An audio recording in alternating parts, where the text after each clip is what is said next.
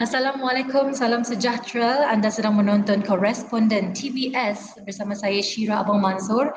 Bersama kita mengetahui laporan-laporan semasa dari luar negara. Dan seperti biasa, Syira akan bersama dengan dua orang koresponden daripada Jakarta dan Singapura untuk bersama-sama dengan Syira untuk kita membawakan laporan-laporan semasa dari luar negara. Dan bersama dengan Syira pada hari ini yang sudah bersedia nampaknya di situ, Encik Syukri. Apa khabar Encik Syukri? Ya, khabar baik Syira. Apa khabar? Sihat? Alhamdulillah sihat. Untuk pengetahuan semua, Encik Syukri merupakan koresponden TVS dari Jakarta, Indonesia. Dan kita nak tanya jugalah kepada Encik Syukri, apa khabar Indonesia? Ya, Indonesia ketika ini banyak wilayah sedang mengalami hujan dan juga beberapa kejadian bencana alam, dan semoga semuanya insyaAllah okey. Dan seperti yang kita tahulah, tidak cukup dengan pandemik COVID-19 yang melanda dunia termasuk Indonesia sekarang ini, kita juga digemparkan dengan kejadian-kejadian bencana alam yang terjadi di Indonesia. Jadi laporan Encik Syukri mengenai yang pertamanya wabak COVID-19 dan yang seterusnya ialah bencana alam di Indonesia.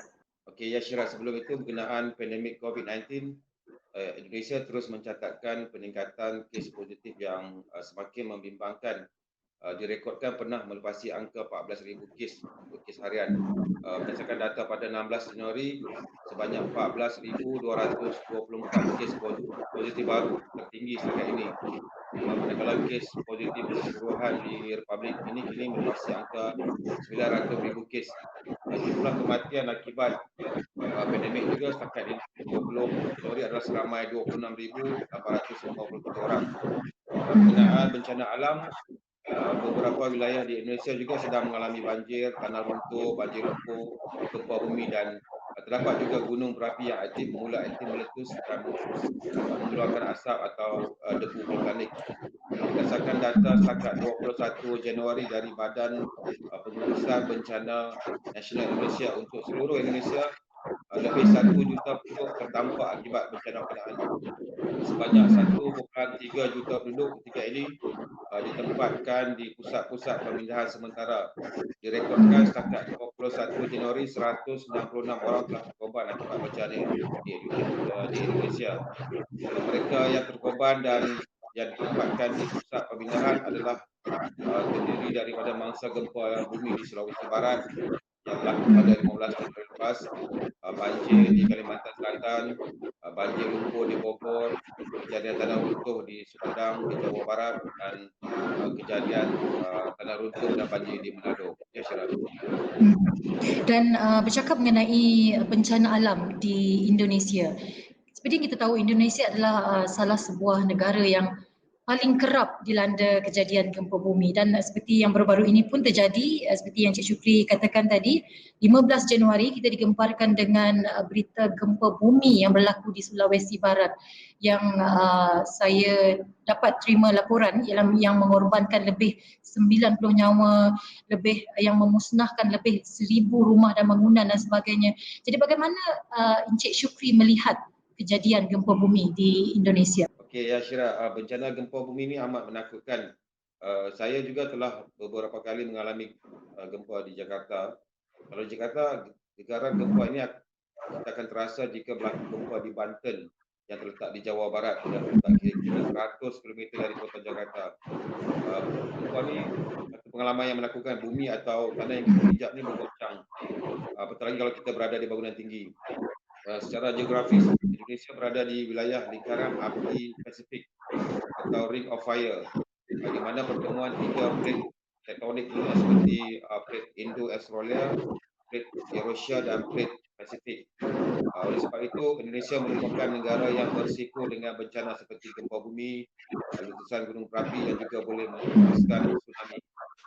Mengikut laporan Pusat Vulkanologi dan Mitigasi Bencana Geologi Indonesia, pada tahun 2020 sebanyak 8,264 gempa bumi terjadi sepanjang 2020. Pada tahun 2019 sebanyak 11,515 kali gempa terjadi. Untuk sepanjang tahun 2020 secara puratannya 22 kali kejadian gempa setiap hari. Gempa bumi di Indonesia ni kiranya berlaku setiap hari, cuma magnitude gempa itu yang membezakan impaknya. Jika melebihi 6 skala Richter dikategorikan sebagai gempa kuat, dan jika berlaku di kawasan yang berdekatan atau penempatan penduduk, impaknya amat besar kepada kerosakan harta benda dan bangsa yang terkorban. Jika berlaku di laut, kemungkinan berlaku runtuhan tanah di dasar laut yang berpotensi berlakunya tsunami. Dan pada 21 Januari berlaku gempa 7.1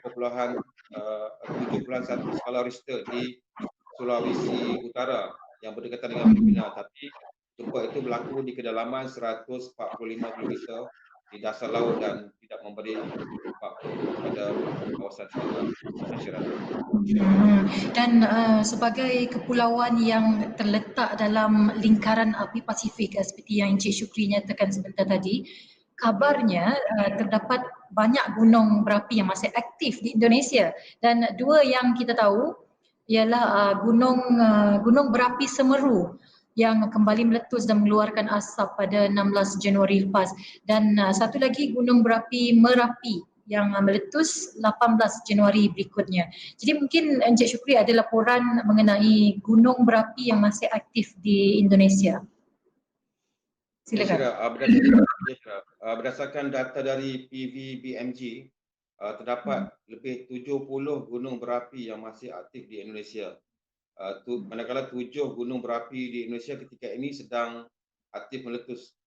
Gunung yang berapi yang aktif meletus sejak 2 tahun lepas adalah Gunung Anak Krakatau di Selat Sunda, Gunung Merapi di Jawa Tengah, Gunung Kelut di Jawa Timur, Gunung Sinabung di Sumatera Utara, Gunung Bromo di Jawa Timur, Gunung Soputan dan Gunung Lokun di Sulawesi Utara.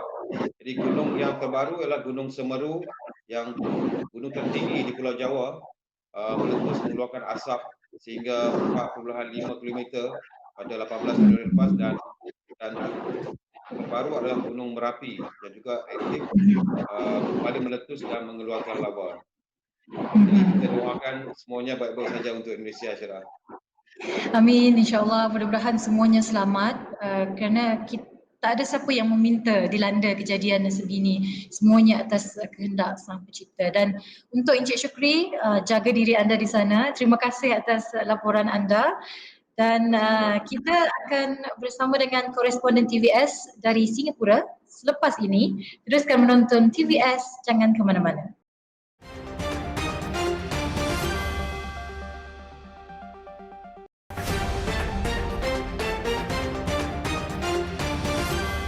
Masih lagi dalam edisi khas bersama koresponden TVS. Kalau sebentar tadi kita dah mendengar laporan daripada koresponden TVS dari Jakarta, iaitu Encik Syukri. Kali ini bersama dengan Puan Masita, koresponden TVS dari Singapura. Macam biasa, kita nak tanya kabarnya dahulu. Apa khabar Puan Masita? Baik Syirah, harap Syirah juga di Kuching. Apa khabar Singapura? Baik-baik saja. Singapura sekarang sedang petang ni sebenarnya ada satu sidang akhbar berkaitan kebimbangan mereka lah, kes komuniti semakin meningkat pula di sini Syirah. Harap tidaklah gelombang kedua atau ketiga pula di sini, harap-harapnya tidaklah. Tak dijawabkan lah ya.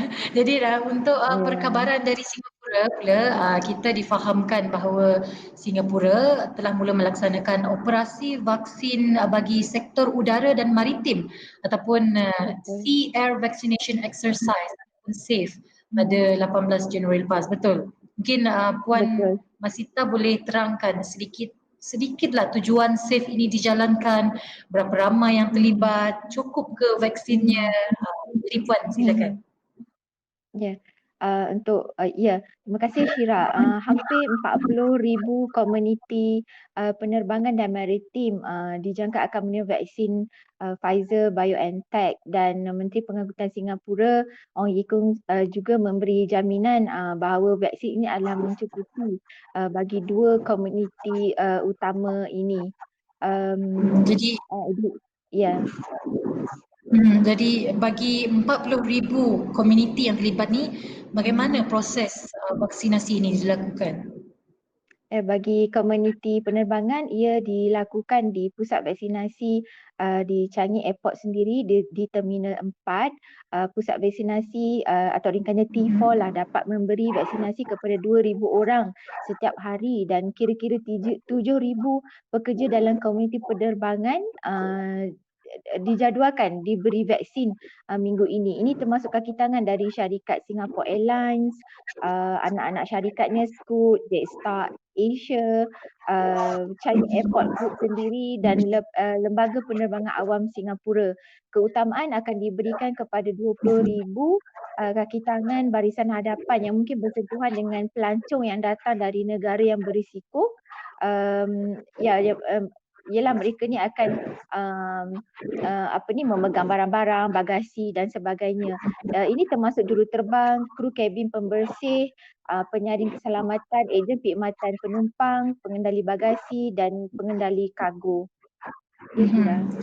Dan sebelum adanya vaksin ini, apa langkah-langkah yang diambil Singapura untuk melindungi komuniti penerbangan khasnya? Ya, vaksinasi ini diletakkan kini teratas lah daripada langkah-langkah sedia ada untuk melindungi kesihatan kru dan pekerja lapangan terbang ini. Langkah-langkah ini adalah antara yang paling ketat di seluruh dunia dan di sektor-sektor lain juga jika dibandingkan di Singapura. Ia termasuk memakai topeng dan peralatan pelindung diri yang lain, jarak yang selamat dan hujan yang kerap. Dengan perlindungan yang lebih baik ini ditawarkan kru udara dan pekerja lapangan terbang yang telah menyelesaikan proses vaksinasi sepenuhnya akan menjalani fewer testing requirements. Untuk pengetahuan mereka di sini, Syira, pekerja-pekerja inilah di sektor ini perlu menjalani rostered routine testing atau RRT. Dengan pengambilan vaksin ini, mereka yang menjalani RRT 7 hari perlu diuji setiap 14 hari. Mereka yang menjalani RRT 14 hari hanya perlu dijalankan setiap bulan sahaja. Jadi proses ujian tu lebih pendek lah. Baik, itu adalah bagi komuniti penerbangan. Bagaimana pula dengan komuniti maritim? Kerana saya difahamkan operasi SAFE ni turut melibatkan komuniti maritim. Jadi berapa ramai komuniti maritim yang terlibat dalam SAFE? Ya betul, Syira. Lebih daripada 10,000 kaki tangan maritim juga barisan hadapan lah dijangka akan diberi vaksin pada akhir bulan ini. Kaki tangan barisan hadapan ini mungkin saya boleh listkan, termasuk pekerja pelabuhan, harbour pilots, cargo officers, marine surveyors dan marine superintendents yang bekerja di atas kapal di pelabuhan Singapura. Mereka melakukan kerja-kerja penting termasuk navigation, refueling, ship repair and maintenance, juga operation to transfer cargos. Hovercraft and ocean going crew yang merupakan warga Singapura dan penduduk jangka panjang juga diutamakan untuk vaksinasi. Bila disentuh penduduk jangka panjang ini, maknanya bukan rakyat Singapura lah. Di kalangan rakyat Malaysia juga ada terlibat dalam sektor ini. Mereka ni memegang peranan utama dalam menjaga pelabuhan Singapura agar tetap dibuka dan memastikan aliran barangan di seluruh dunia tidak terganggu. Lebih daripada 700 kaki tangan telah diberi vaksin sejak kebelakangan ini. Mereka ini akan jika pekerja penerbangan mendapatkannya di Changi Airport Terminal 4, untuk pekerja maritim ini mereka akan mendapatkan di Raffles City Convention Centre vaccination diwujudkan satu pusat vaksinasi di situ. Ya, Syira. Baik, kita memang tahu petugas barisan hadapan ataupun frontliner sememangnya akan diutamakan lah dalam pemberian vaksin mana negara sekalipun masalah di Malaysia, kerana inilah orang kata hero yang berjuang di barisan hadapan menentang Betul. COVID-19. Ya. Jadi ada apa-apa lain lagi yang ingin dikongsi? Mungkin saya kemaskinikan data terkini kes COVID-19 di Singapura setakat jam 12.30 hari Khamis, Singapura telah mencatatkan kira-kira 59,235 kes dan 6 kluster telah dikenal pasti. Untuk pengetahuan, Singapura sedang mendepani kes-kes import. Hampir setiap hari akan mencatat sekitar 30 hingga 40 kes lah.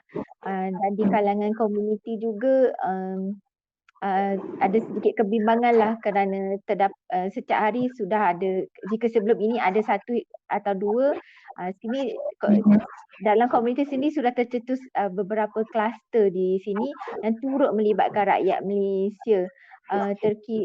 Setakat semalam ada seorang wanita Malaysia yang bekerja di sini berusia 46 tahun lah, menjadi sebahagian daripada 4 kes komuniti di Singapura dan beliau juga merupakan salah seorang daripada menjadi sebahagian dari satu kluster di sini yang turut melibatkan 3 lagi rakyat Malaysia yang bekerja di sini, Syirah. Itu saja Syirah rasanya. Terima kasih TVS.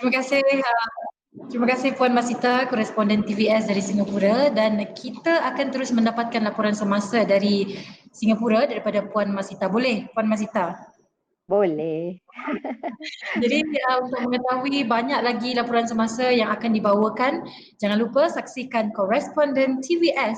Dengan itu sekian saja laporan pada hari ini. Saya Syirah Abang Mansur, jaga diri Malaysia.